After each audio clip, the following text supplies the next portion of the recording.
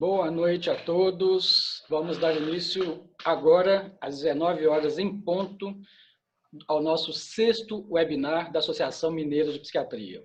Então, é o sexto de uma série inicialmente planejada para 10 webinários, mas visto o sucesso, provavelmente nós vamos continuar com esses webinários após o nosso Congresso Mineiro de Psiquiatria.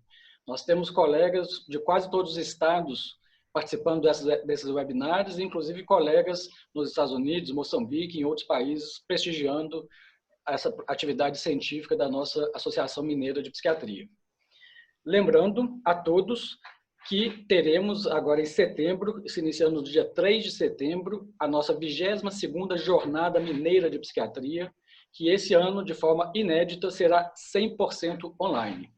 A nossa jornada se estenderá ao longo de 6 dias, 3, 4 e 5, 10, 11 e 12 de setembro, e junto com a Jornada Mineira de Psiquiatria, como tradicionalmente acontece, temos vários parceiros. Esse ano, o 9º Congresso Latino-Americano de Prevenção do Suicídio, o 5º Simpósio de Estimulação Magnética da ABC, Associação Brasileira de Estimulação Magnética, o 2º Simpósio de Interconsulta e Psiquiatria de Ligação da Associação Mineira de Psiquiatria e o 3º Simpósio da Sociedade Marcé de Doenças de Depressão, de Doenças do Periparto, Saúde Mental da Mulher. A programação está riquíssima. Nós temos várias e várias horas diárias de eventos em salas paralelas, as pessoas vão poder escolher qual das atividades elas querem naquele dia, naquele momento, e está tudo sendo organizado com muito cuidado para que seja um grande sucesso, como sempre são os nossos eventos também presenciais. Bom, agradecer também os nossos apoiadores e patrocinadores, a Associação Médica de Minas Gerais, o Sindicato dos Médicos de Minas Gerais, os nossos patrocinadores, as clínicas Mangabeiras e Estímulos, as indústrias, os laboratórios Cristália, Daiichi Sankyo, Janssen e também a nossa Unimed de Belo Horizonte. Sem o apoio deles, esses eventos seriam mais penosos, mais difíceis para a nossa associação, então agradeço a todos. Hoje temos um tema altamente relevante para discutirmos aqui no nosso webinar. A psicoterapia no mundo atual. E nada mais atual do que falar em psicoterapia nesse momento de pandemia, de crise, de angústia, de estresse, para quase todos, eu diria para todos, nesse momento. E nós temos o prazer e a honra de contar com colegas e amigos que vão nos brindar com esse tema, a começar pela doutora Marília Brandão, psiquiatra com formação em psicanálise no Círculo Psicanalítico de Minas Gerais, e o nosso colega e amigo Fernando Grossi, psiquiatra, e também com formação em psicanálise pelo campo lacaniano. Como debatedor, o nosso colega Paulo José Teixeira, preceptor, chefe da residência de psiquiatria lá do IPSENG, e nosso colega também na diretoria da Associação Mineira de Psiquiatria, assim como a doutora Marília, e assim como foi o nosso colega Fernando Grossi na gestão anterior. Sem mais delongas, eu passo a palavra para a doutora Marília Lemos Brandão, que vai nos falar sobre a psicoterapia na pandemia. Por favor, doutora Marília. Bom, nessa apresentação de hoje, eu falarei sobre os efeitos psíquicos da pandemia nos sujeitos e a importância relevante das psicoterapias nesse momento. E abordarei também as mudanças de algumas características dos sonhos e do luto. A psicoterapia faz parte da prática clínica e ação do psiquiatra.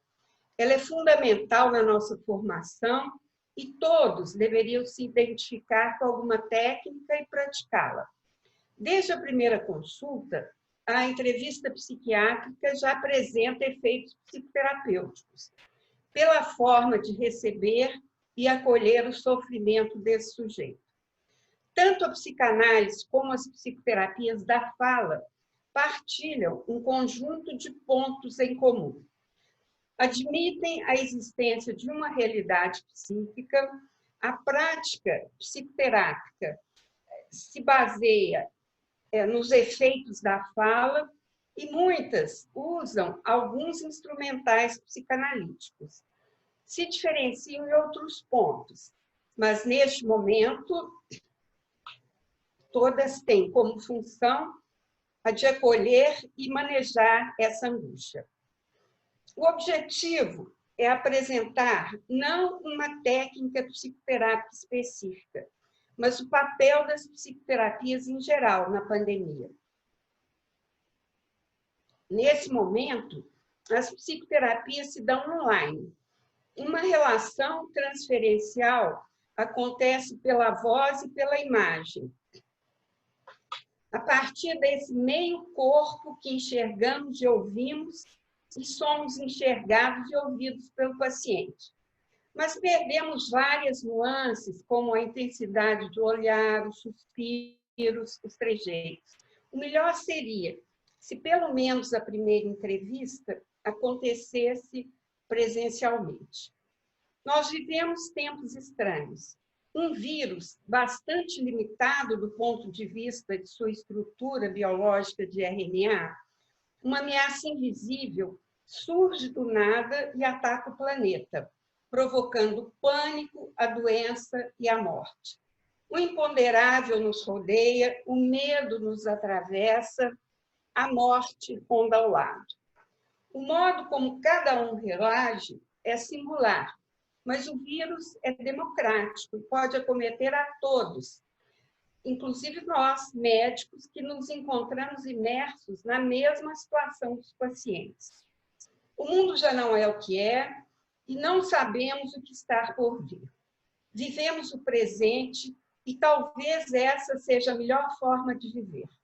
Incertezas, desespero, perda de entes queridos, desassossego. Alcançar a subjetividade do mundo contemporâneo em tempo de pandemia é um desafio. Vivemos um pantraumatismo, o advento do real desassombrado, solidão, isolamento. É um convite para a reflexão de nossa finitude.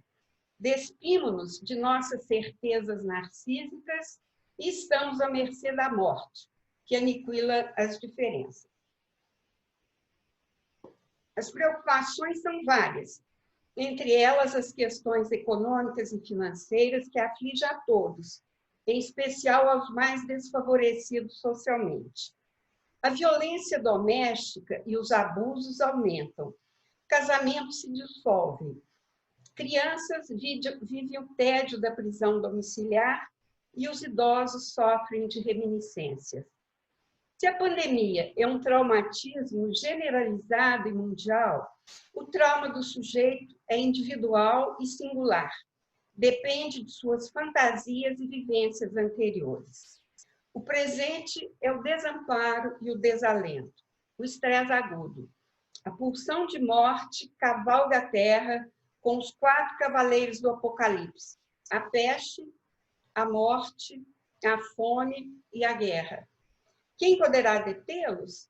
Enquanto a ciência não consegue uma medicação eficaz ou uma vacina, podemos tentar conter essa guerra com a solidariedade, com eros formando conglomerados libidinais, laços comunitários. Diante desse horizonte de desamparo, necessitamos de procurar o saber com a ciência, para nos informar sobre esse visitante indesejado, e os cientistas pesquisam e tentam, no mais curto prazo, encontrar um medicamento eficaz. A ciência busca a verdade e traz esperanças, mas nesse momento a ciência ainda procura a solução e eventualmente se contradiz, provocando incertezas. Além de saber da ciência, os sujeitos procuram um sentido frente ao que não querem saber do sem sentido da vida e da morte. Buscam um apoio espiritual na religião ou em crenças inconscientes. Precisam preencher esse vazio com conteúdos que os confortem e acalmem, sejam eles espirituais ou crenças.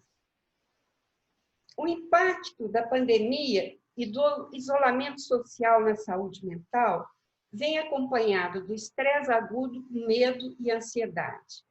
No início da pandemia, com a redução do contato físico, isolamento social, o foco de apreensão é o medo de ser contaminado. Posteriormente, temos além dos quadros ansiosos, as crises de pânico, o desencadeamento de quadros depressivos, a piora dos quadros obsessivo-compulsivos, surtos psicóticos.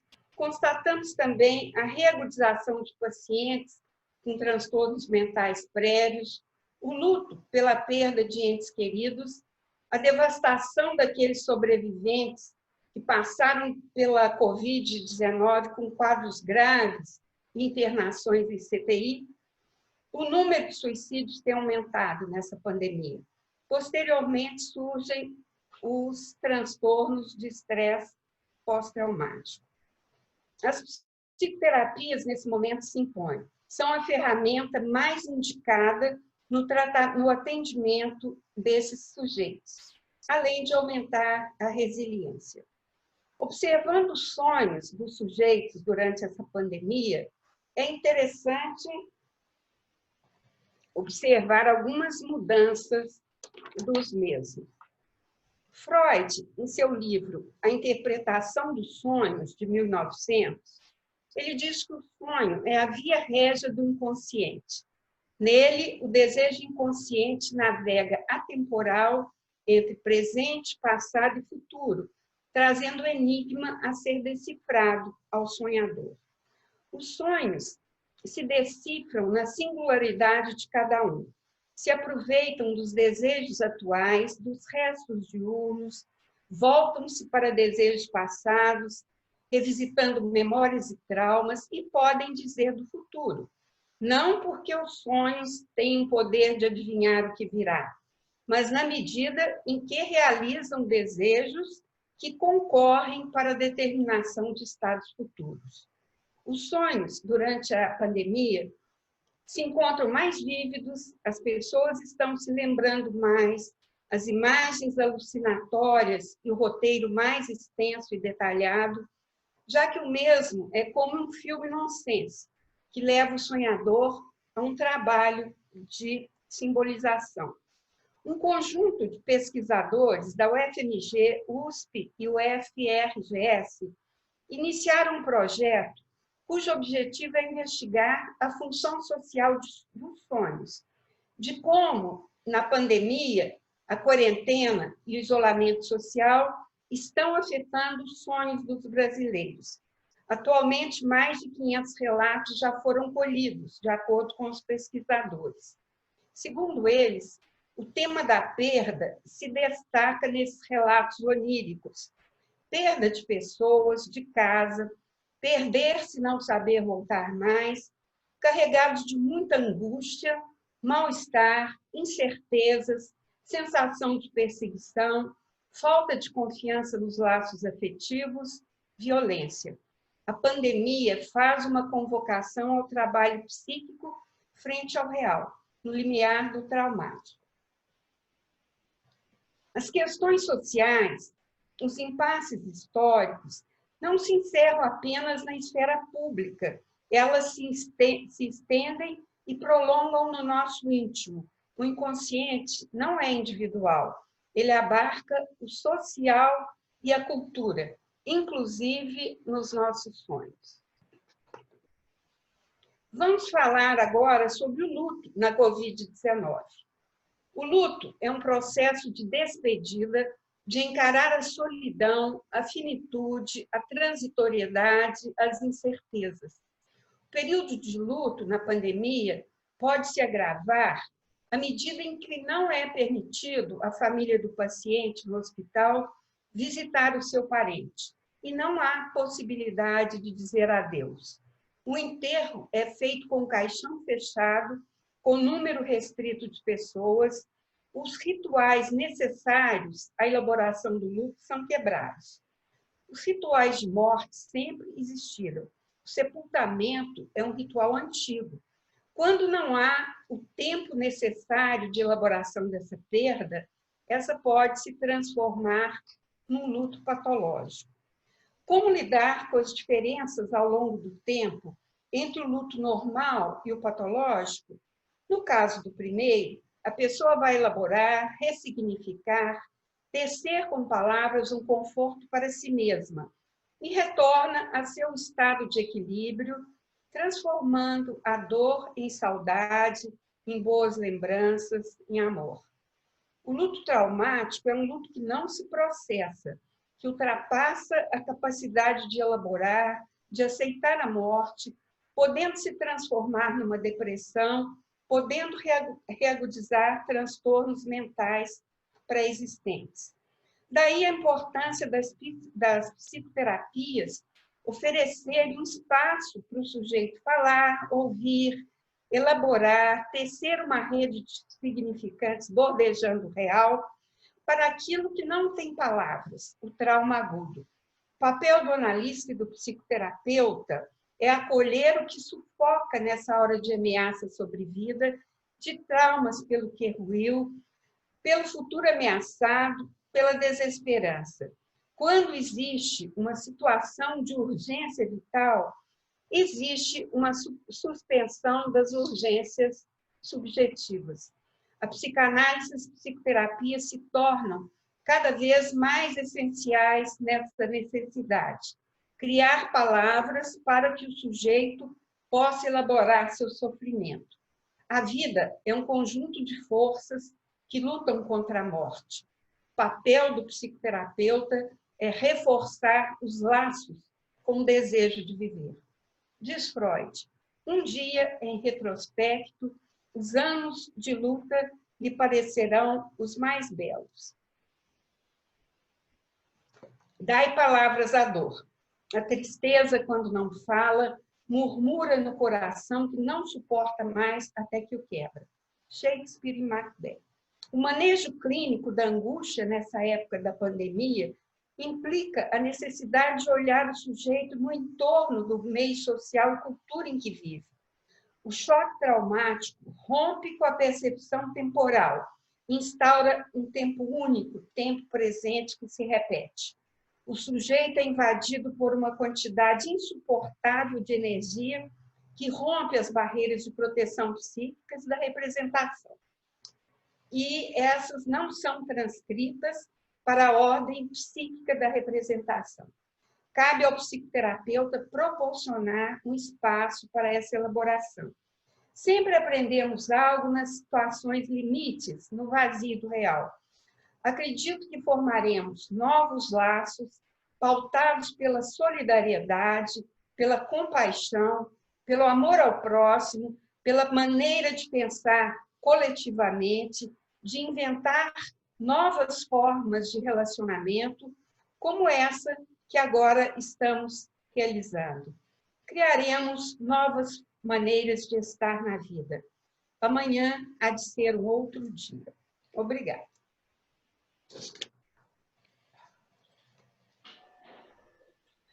Muito obrigado, Marília. Excelente, como sempre, a sua fala. Nós teremos a oportunidade do debate após a apresentação do Dr. Fernando. O debate vai ser conduzido pelo nosso colega Paulo José. Eu já passo, então, sem mais demoras, a palavra ao nosso colega Fernando Grossi, que vai nos falar sobre o manejo dos estados de angústia nas crises. Por favor, Fernando. Agradecer à diretoria da MP, em nome do Berto, por esse convite de estar aqui hoje nesse webinar, fazendo um comentário sobre o manejo do estado de angústia nas crises. Foi um desafio para mim repensar isso, e o webinar anterior foi muito valioso para mim ver os colegas fazendo as suas exposições anteriores, a que eu agradeço. Eu quero, então, começar fazendo algumas considerações a partir de observações do texto de Freud, de 1894, sobre os critérios para destacar da neurastenia, uma síndrome particular intitulada neurose de angústia, e vou citar algumas referências, algumas lições do psicanalista Jacques Lacan, um seminário sobre a transferência, e também vou falar algumas considerações sobre uma lição do seminário de angústia e dos 4 conceitos fundamentais da psicanálise. É interessante porque esse texto foi citado pelo colega anterior, no webinar anterior, por isso que ele me inspirou. Quer dizer, Freud destaca, então, nesse texto, uma sintomatologia caracterizada por uma irritabilidade geral, devido a um acúmulo de excitação, uma inabilidade de tolerar tal acúmulo experimentado, e destaca nessa sintomatologia uma hiperestesia auditiva. O quadro clínico acrescenta de uma expectativa ansiosa associada a uma visão pessimista de que algo ruim pode acontecer nas suas relações sociais, que algo pode acontecer com sua saúde e com sua vida. Essa expectativa ansiosa, como sintoma nuclear dessa síndrome, pode cursar com formas agudas de ataque de angústia, caracterizado por manifestações somáticas precordiais, que foi denominado por Freud como uma pseudoangina de peito, taquicardia, palpitações, arritmias transitórias, ataques esses acompanhados por distúrbio respiratório, que denominou de uma dispneia nervosa, ataques de suor noturno, ataques de tremores e calafrios, geralmente acompanhado de vertigem, parestesias e pavores noturnos. A expectativa ansiosa pode evoluir com formas crônicas, com sintomas atenuados, descritos nas formas agudas, e associados com fobia, com destaque para a garofobia e os sintomas obsessivos como medidas protetoras para evitar o sofrimento. Freud destaca nesse texto, na busca sobre o mecanismo causador dessa neurose, que se tratava de um acúmulo de excitação que invadia a subjetividade, causando sofrimento sem nenhum rastreamento de uma origem psíquica e uma tendência à descarga no corpo. A ausência de uma origem psíquica colocava obstáculos ao tratamento psicanalítico, que ocorre sob transferência, assemelhando-se às dificuldades encontradas no tratamento da neurastenia, da hipocondria, em contraste com a experiência do tratamento analítico das neuroses histéricas, obsessivas e fobias, agrupadas por Freud nas denominadas neuroses de transferência. Lacan realça essa observação freudiana de que na angústia há uma redução no corpo, da subjetividade no corpo, podendo dizer que nos angustiamos quando adoecemos. Mas sua contribuição foi pensar a angústia como um afeto humano, por excelência, associada à existência, às grandes questões humanas. De onde eu vim, quem eu sou e o que eu devo fazer. A clínica psicanalítica também ensinou a Lacan que a angústia geralmente vem amarrada aos sintomas, sendo a angústia um motor na busca para o tratamento, já que o sintoma, sem o sofrimento, não demanda nada, ele se basta. A angústia, ao encontrar a sua amarração sintomática, já sinaliza a direção do tratamento, nos assegurando a boa direção que o tratamento analítico deve começar pelos sintomas. Entretanto, a angústia também se manifesta desamarrada dos sintomas, como um excesso que invade a cena clínica, dificultando tanto o diagnóstico quanto o seu manejo. Esse slide vai apontar esse fato da angústia está vinculado à existência humana, vamos chamar, a angústia vinculado a esse sentimento de incompletude humana, esse sentimento de um vazio, de uma busca de sentido para a existência humana. Por isso que o Lacan chega a brincar que o desejo é o remédio para a angústia. Quer dizer, desejar é uma forma do tratamento da angústia. E o ato, frente a uma tendência à descarga, o ato seria uma resposta à incerteza da angústia, a uma certeza da sua decisão.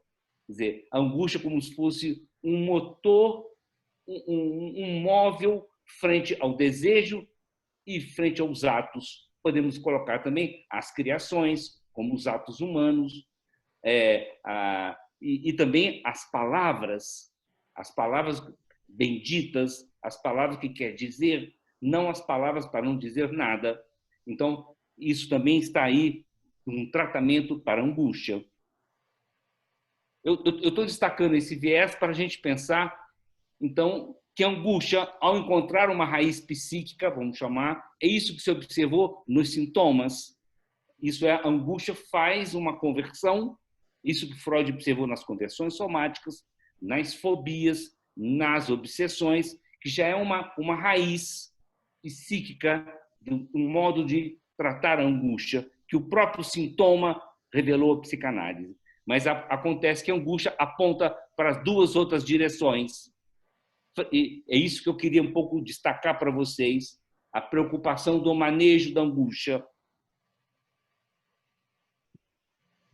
que são, as angústias podem ser um sofrimento que invade a subjetividade, e se não encontra um bom modo de tratar, que seria o desejo, os atos, ou não encontra uma amarração nos sintomas, as angústias podem emerger, levando o quê? Passagem aos atos e às atuações.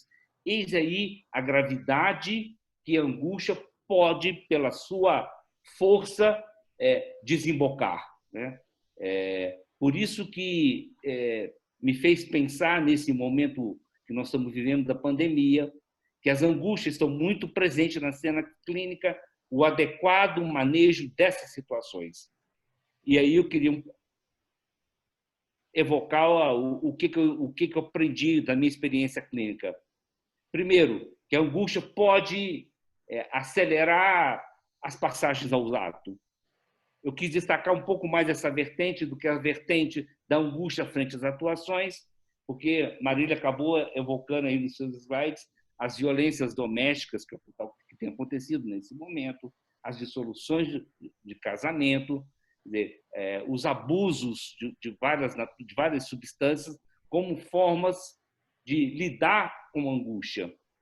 Mas eu queria destacar essa vertente da angústia, levando uma passagem ao ato, levando uma descarga frente ao insuportável vivido pelo sujeito. Aqui eu queria destacar as alucinações. Nós sabemos que as alucinações, quando vividas sob um gradiente de angústia, é uma solução, é uma situação delicada. Nós sabemos que as alucinações podem estar presentes, cursando, vamos chamar, com menos angústia, ou com algo até... eu tenho um paciente que eu acompanho há 37 anos, ele tem as alucinações, mas não vive mais como angústia. No início do tratamento, as suas alucinações, tanto auditivas de comando, o levou a esfaquear o pai, como enfiar uma faca no próprio corpo. Hoje as alucinações estão presentes, vividas, com ele sem menor estado de angústia. Então, quando nós temos uma alucinação associada com angústia, muito cuidado frente à passagem ao ato. Recentemente, uma cliente minha, que chegou no início do tratamento, foi pagar uma conta no Verde Mar, escutou umas alucinações, uma mulher difamando-a, foi por isso que ela começou o tratamento, ela bateu, deu um tapa na cara da moça do caixa, porque alucinou que a mulher estava falando mal dela.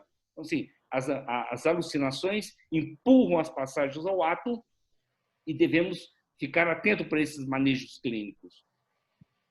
Segundo, mesma coisa vale para os delírios. Nós sabemos que os delírios, se são vividos com muita angústia, há um risco das passagens aos atos. Os delírios persecutórios, vividos com muita angústia, empurram as passagens aos atos, o que faz com que tenhamos muito cuidado para não manejarmos, para não acontecer o pior. Né? Eu que trabalhei 34 anos em penitenciária, vi muitos pacientes cometerem crime sobre a marcha de uma vivência delirante com muita angústia, e nós já sabemos que a angústia empurra as passagens ao ato, ainda mais num delírio, onde o sujeito é atravessado, ele não consegue lidar com essas dimensões. Lembrei as fissuras por substâncias.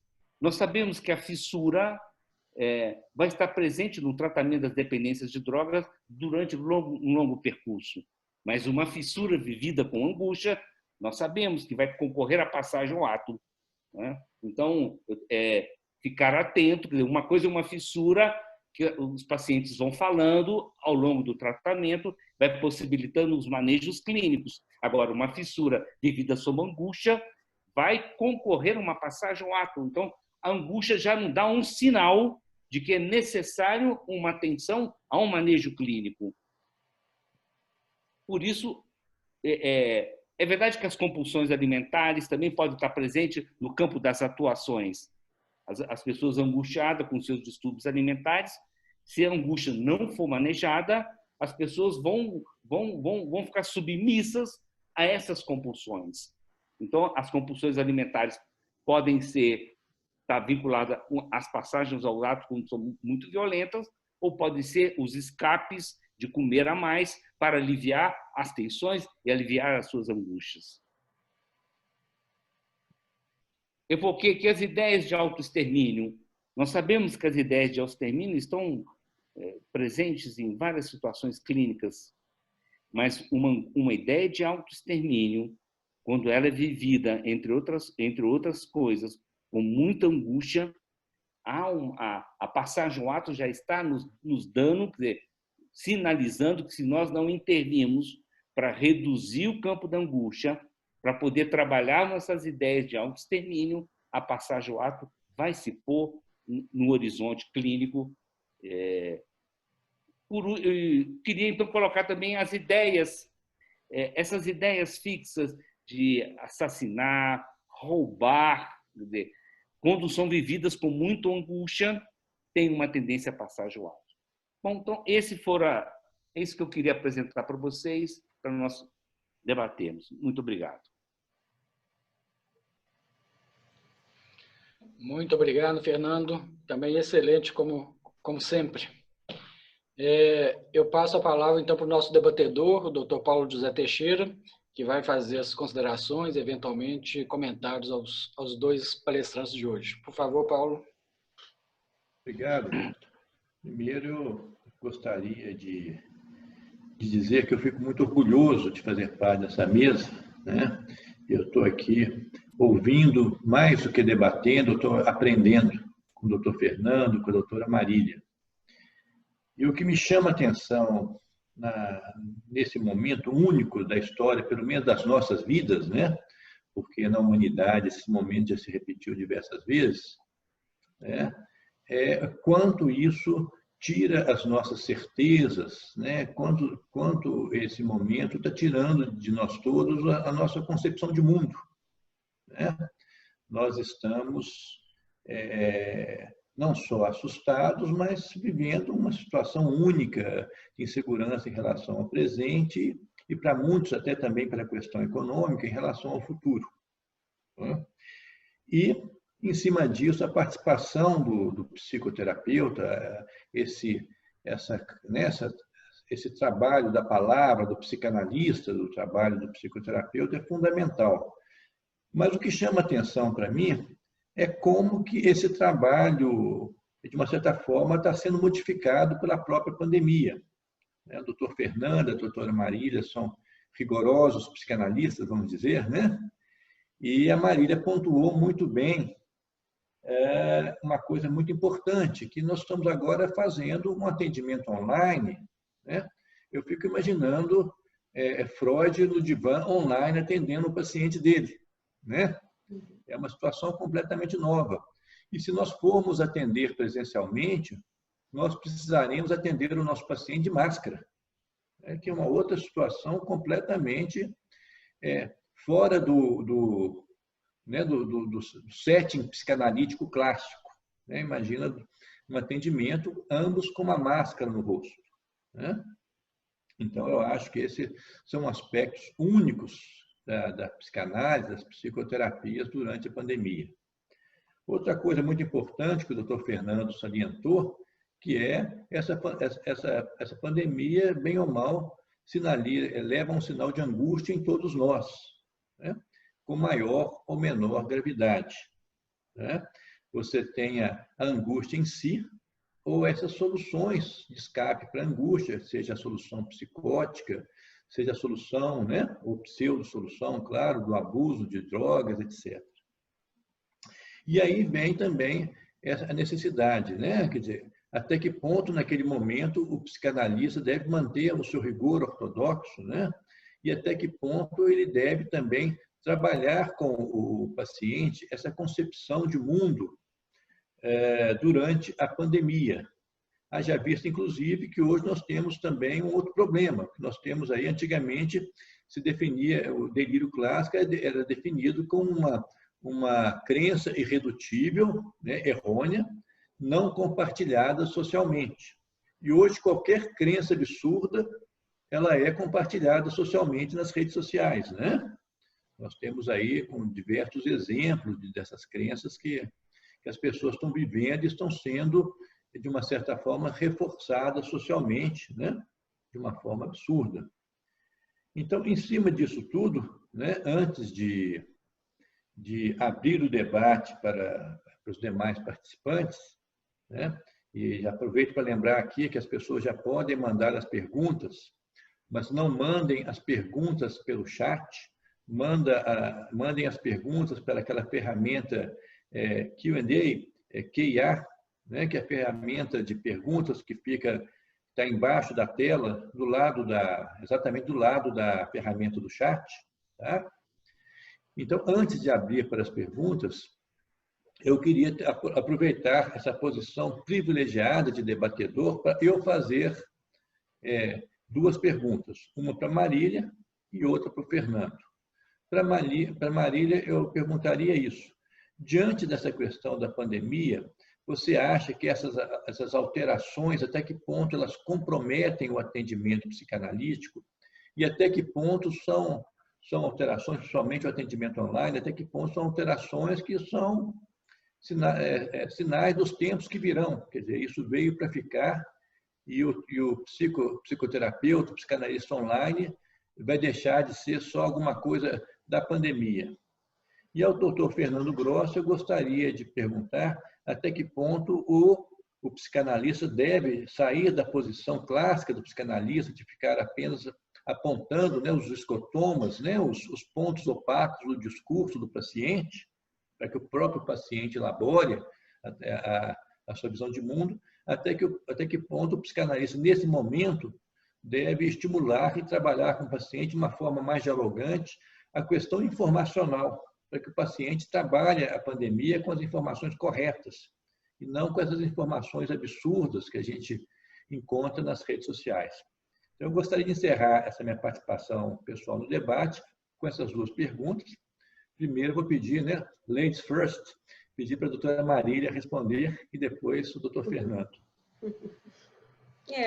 A primeira coisa que eu acho nessa pandemia é que o psicanalista, no momento de crise, o que ele faz é acolher, receber e os psicoterapeutas também, receber essa angústia, esse estresse do trauma agudo e ajudar o paciente a elaborar essa situação. Quando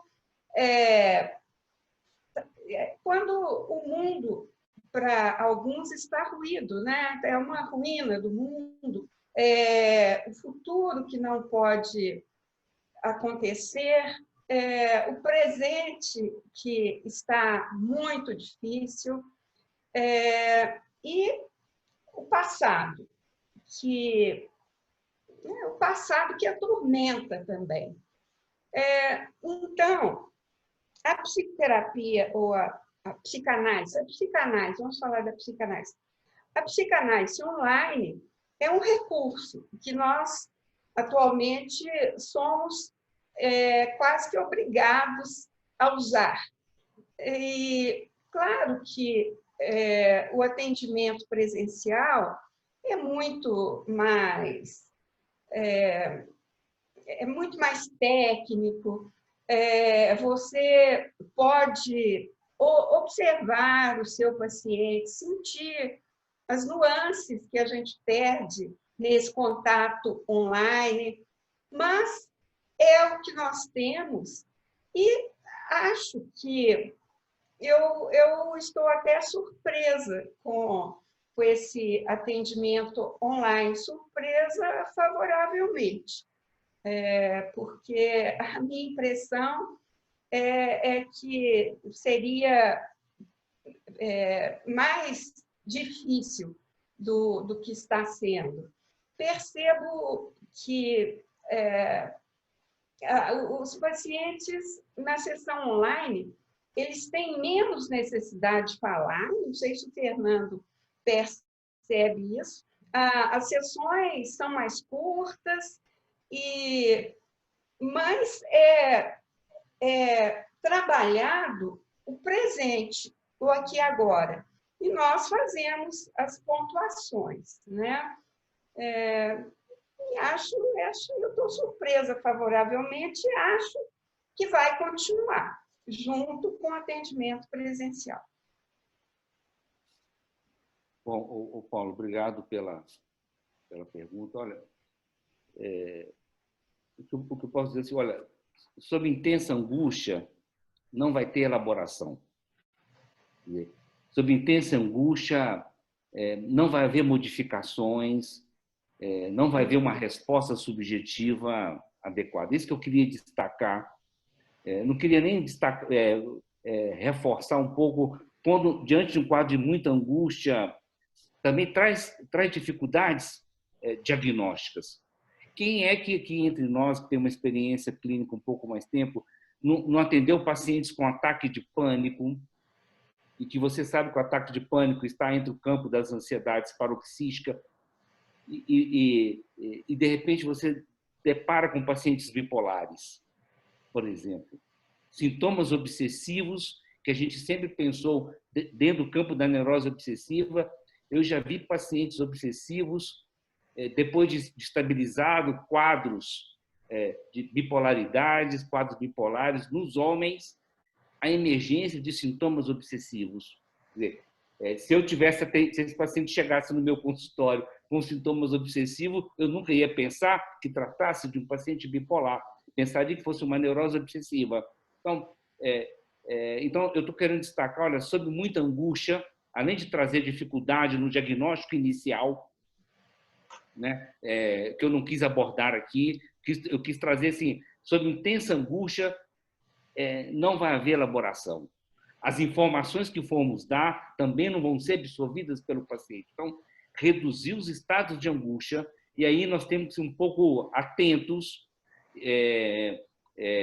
porque às vezes temos que ser um pouco, dependendo, se o paciente já nos ensina que sempre de muita angústia, ele atua muito, passa muito ao ato, talvez nós temos que ser um pouco incisivos para isso não acontecer. Quer dizer, frente a muita angústia, às vezes, não só o manejo medicamentoso é suficiente, porque a gente sabe que vai acontecer no horizonte uma passagem ao ato, e às vezes temos que ser precavidos com medidas um pouco mais cautelosas. Então, assim, primeiro, reduzir os estados de angústia é fundamental. Se a gente percebe que o paciente já nos ensinou que ele faz o caminho da angústia para os desejos, para angústias para falas, para as elaborações, aí as informações corretas vão ser uma ferramenta muito importante. Quer dizer, uma boa fala, uma boa orientação também reduz os estados de angústia, mas a gente sabe que em alguns casos a angústia vai forçar uma passagem a um ato, e aí a gente tem que ter um pouco mais incisivos no nosso manejo clínico.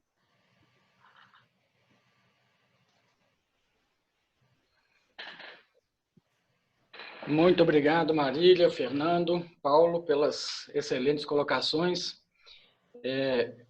Aproveitando a minha posição aqui como moderador, vou aproveitar como Paulo e fazer um breve comentário de 20 segundos, um relato de um sonho que eu tive há 2 ou 3 semanas atrás, bastante vívido. Meu sonho foi, eu estava em um congresso em São Paulo, presencial, encontrei os amigos, os colegas no congresso, ninguém de máscara. Falei, que coisa boa, acabou a pandemia aqui em São Paulo, né? Saí da porta do hotel, em frente a uma enorme feira, todo mundo, aquela multidão fazendo compras, ninguém de máscara. Eu virei à direita da rua do hotel, o que eu vejo? Uma barbearia aberta. Eu pensei no meu sonho, eu vou cortar meu cabelo, que bom que tem uma barbearia aberta. Quando eu olhei, a rua só tinha barbearias, era uma atrás da outra. Então, ilustra bem o desejo, né, que vem no nosso sonho, né? Nesse momento de pandemia. Né? Sim. É um bom caminho de tratamento da angústia. Bom, eu vou passar a... Mas só um minutinho, viu? Você Diga, querer Paulo. cortar o cabelo é um desejo muito bom mesmo, viu? Aí você foi maldoso. Eu queria um pouquinho, Humberto, Oi, Fernando. trocar um pouquinho a experiência com a Marília. Olha, eu nessa pandemia assim, tenho atendido muito mais presencial. Alguns pacientes interessantes me pediram análise pela primeira vez online e eu não aceitei. Eu disse que era necessário esperar, aguardar. Perguntei se estava muito angustiado, perguntei se dava para esperar, deu para esperar, né? Do modo geral, os pacientes já estavam em análise e não puderam esperar, que puderam vir presencial. Eu atendi com todo o cuidado, Paulo, com todas as ferramentas de cuidado nessa pandemia. Eram pacientes também muito instruídos quanto a isso. O site modificou muito o distanciamento, os cuidados, as máscaras, né? E alguns pacientes, inclusive, eu atendi online, percebi isso. As sessões eram mais curtas, forçava o paciente a dizer as coisas fundamentais e forçava um momento de concluir. O tempo, vamos chamar, de compreender se reduzia a favor do momento de concluir. E paradoxalmente, uma paciente de muitos anos, ela elaborou tão bem na pandemia, eu dei uma alta para ela durante o período de pandemia. Muito bom. Eu acho muito... eu não atendo online um paciente de primeira consulta. Eu acho isso impossível. Teria que ser no consultório. Eu atendo vários no consultório. Mas eu tenho clientes assim, do grupo de risco que estão muito angustiados e têm necessidade da sessão e pedem para ser online. E os clientes que querem atendimento presencial, eu atendo. Os pacientes que não querem atendimento presencial, eu atendo online. E eu acho que hoje eu estou atendendo mais online do que no consultório. E acho que esses pacientes que já vêm de mais tempo, né, que você que já estão há mais tempo com você, eu não vejo assim, problema nenhum de atender online. Okay. Muito obrigado aos dois. Vamos passar aqui para as nossas perguntas. Primeiro, a nossa colega do Uruguai, Silvia Pelais. Então, nós temos também uruguaios nos assistindo, além dos Estados Unidos e outros países. Ela simplesmente escreveu para os dois palestrantes: muitas graças, graças a ambos, Fernando e Marília. Nós temos o Ricardo Tadeu, que é psicólogo em Belo Horizonte.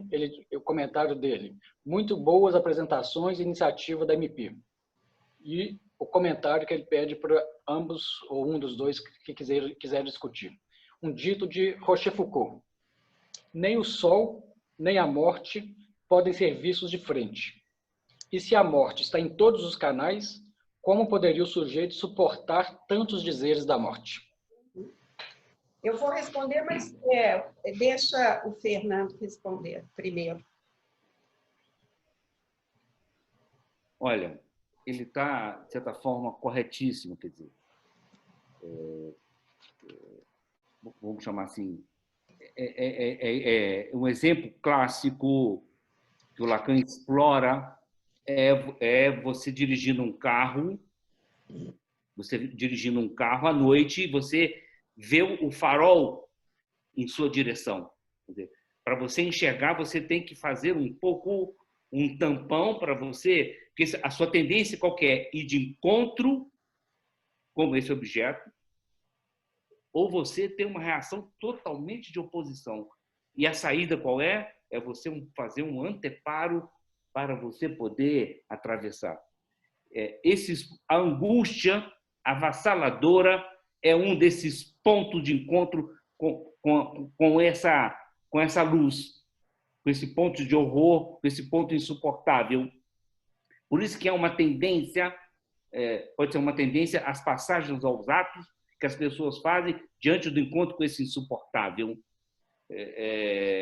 Por isso que é necessário o primeiro anteparo que o sujeito inventou, que funciona muito bem, é o que eu falei, o campo do desejo, os sonhos, que são os atos de sonhar, de criar, de produzir, de escrever, né? É um modo de tratar. Agora, alguns pacientes têm dificuldades com esse modo de tratar. E, frente a esse encontro, eles não têm esses recursos. Não teriam outros recursos, como a formação dos sintomas. Exemplo, angústia produzindo fobia, que aprendemos. Alguns pacientes têm essa dificuldade. Daí o risco das passagens ao ato diante do insuportável. Ele tem toda a razão. É necessário anteparo. E nós, médicos, somos anteparo para esses pacientes muito graves. Então, Ricardo, é muito interessante a sua pergunta e esse dito que você citou. Mas a morte, ela não tem representação no inconsciente, ela não é representada psiquicamente, ela é um buraco, é um vazio. Então, a gente tem que tamponar esse vazio, porque nós não damos conta de tamanho, de olhar essa morte de frente. Então, tamponamos com o quê? Com angústia. Angústia é um anteparo contra a morte.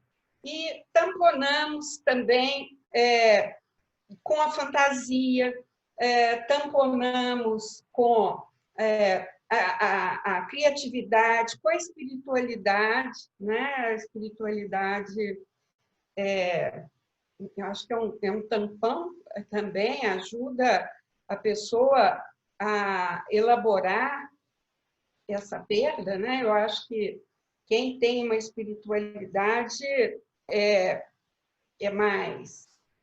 tem mais conforto, né, do que quem não tem. E